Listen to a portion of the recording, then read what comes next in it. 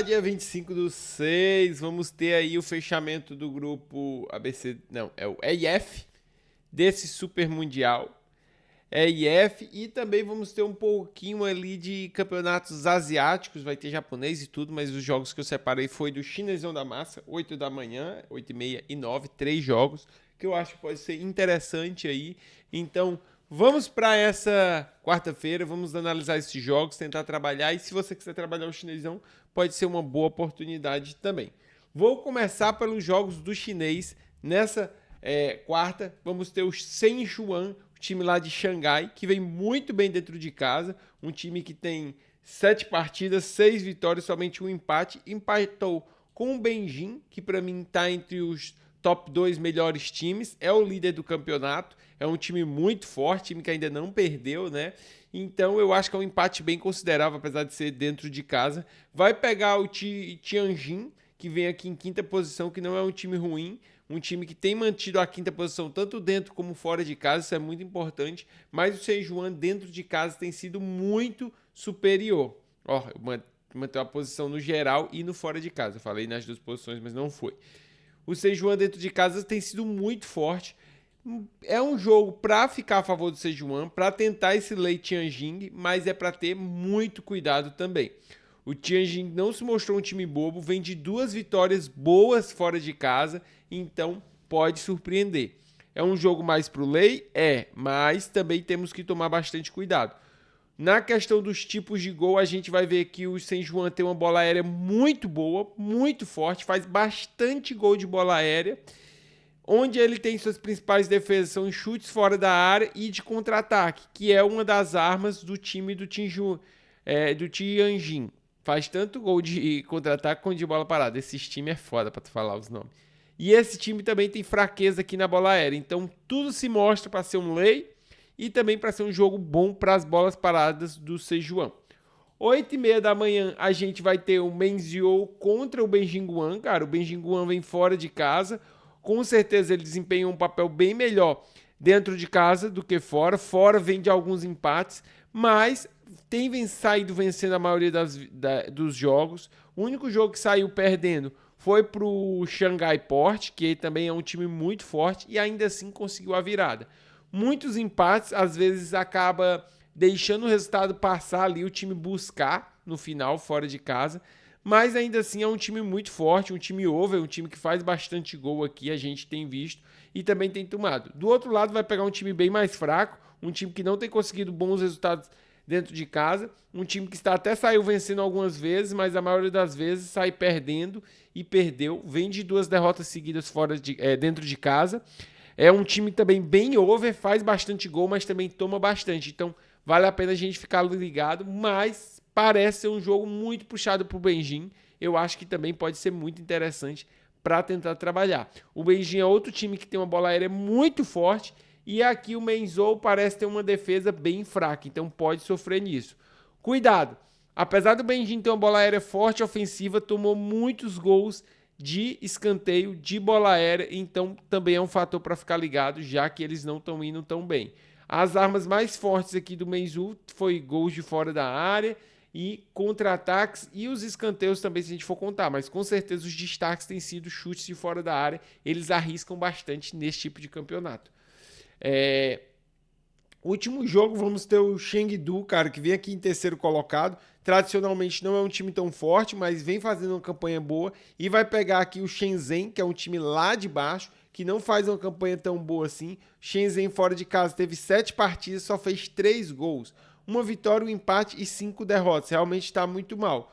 O Chengdu aqui vem em quarto colocado dentro de casa, tem 4 vitórias, 2 empates e uma derrota. Quando a gente olha aqui, a derrota foi para o Tianjin e os empates aqui foi um para o Qingdao, que é um bom time também, e o outro foi para esse Iku.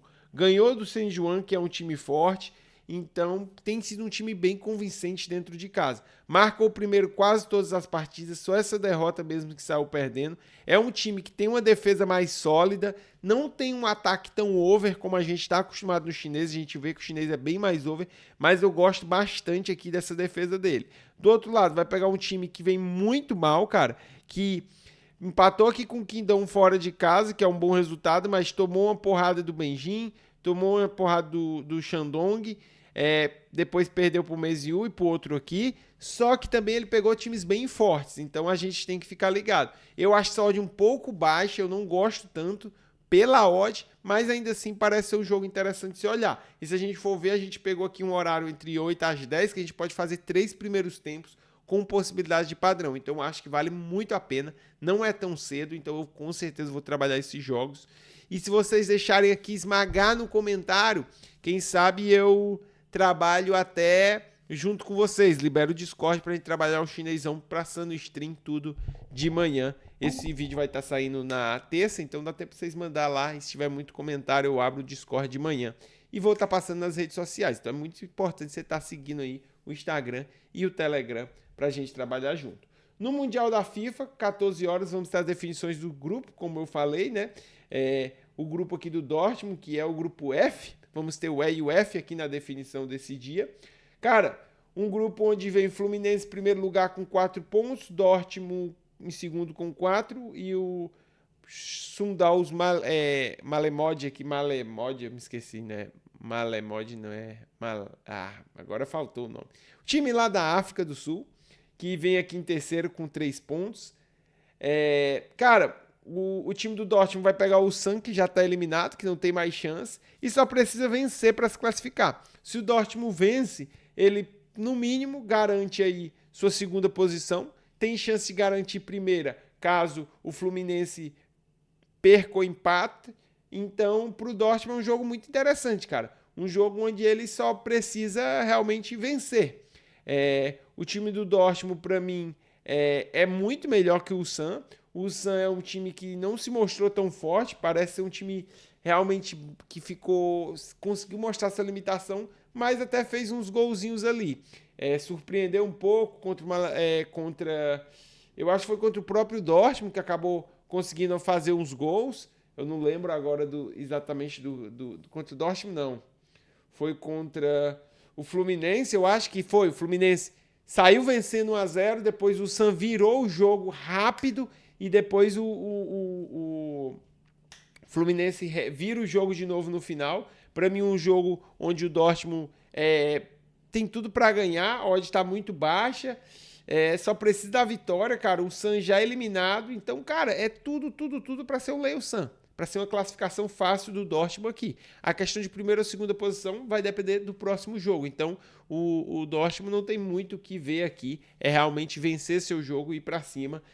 Por enquanto ainda está tendo odd do Ulsan, mas está tudo para essa odd estourar. Não sei se vai ser um padrão tão fácil da gente pegar de ler aqui. E eu digo mais, pela fraqueza do adversário, o Dortmund pode até dar uma giradinha no elenco. O Dortmund, que é um time que para mim foi um dos que mais mostrou...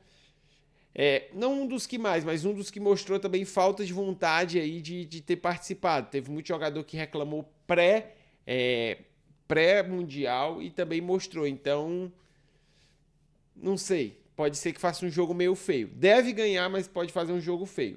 Próximo jogo vamos ter o Sundowns aqui da África contra o Fluminense, cara. O Fluminense que está numa situação boa, que se ganha, garante a primeira posição. Se empata, depende do resultado do Dortmund para a primeira posição, mas que também garante aí, no mínimo, a segunda. Só não pode perder. Então o Fluminense não tem essa opção de poupar esse jogo. Tem que vir com os titulares, tem que vir para cima, porque para o Sundowns só interessa a vitória. Ele vai para cima, precisa vencer, porque se não vencer, tá fora. E aqui não vai ter muita questão de saldo, pode ter até depois para as pontuações, mas eu acho que os confrontos diretos já vão ser suficientes, já que todo mundo deve vencer o time do Ulsan. Então, cara, não tem muito o que falar desse jogo. O Fluminense, com certeza, sabe que é um jogo importante. Não sei se vai ficar tentando segurar um empate. Deve tentar buscar a vitória logo para se garantir, para garantir a primeira posição.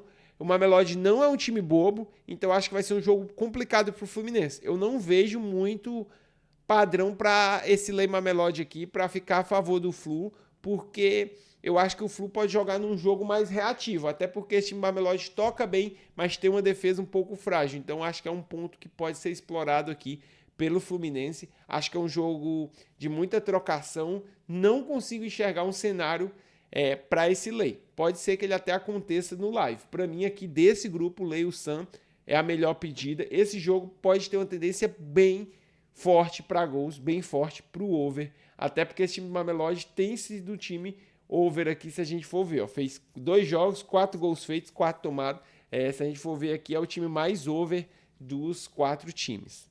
E para fechar o dia, vamos trazer os 2 confrontos aqui do grupo E, né? Que é o grupo aqui que vai enfrentar o grupo do Dortmund, do Sun, do Mamelodi e do Fluminense, quem se classificar ali, né, entre os 3 que estão disputando, que a gente já comentou. E, cara, esse grupo tá interessante, por quê? A gente tem 2 times disputando aqui com 4 pontos, mas a gente tem um terceiro Monterrey com 3, com 2 pontos. Então, se o Monterrey ganha, ele vai para 5. Então, em caso tenha a vitória de um desses 2, ou do River ou da Inter, o Monterrey se classificaria com 5 em segundo lugar. Caso tenha um empate, a gente vai ter um empate triplo de 3 times ganhando com 5 pontos. Isso, lógico, considerando a vitória do Monterrey. Então, eu vou começar aqui por esse jogo do Monterrey, cara. Esse jogo do Monterrey só interessa a vitória.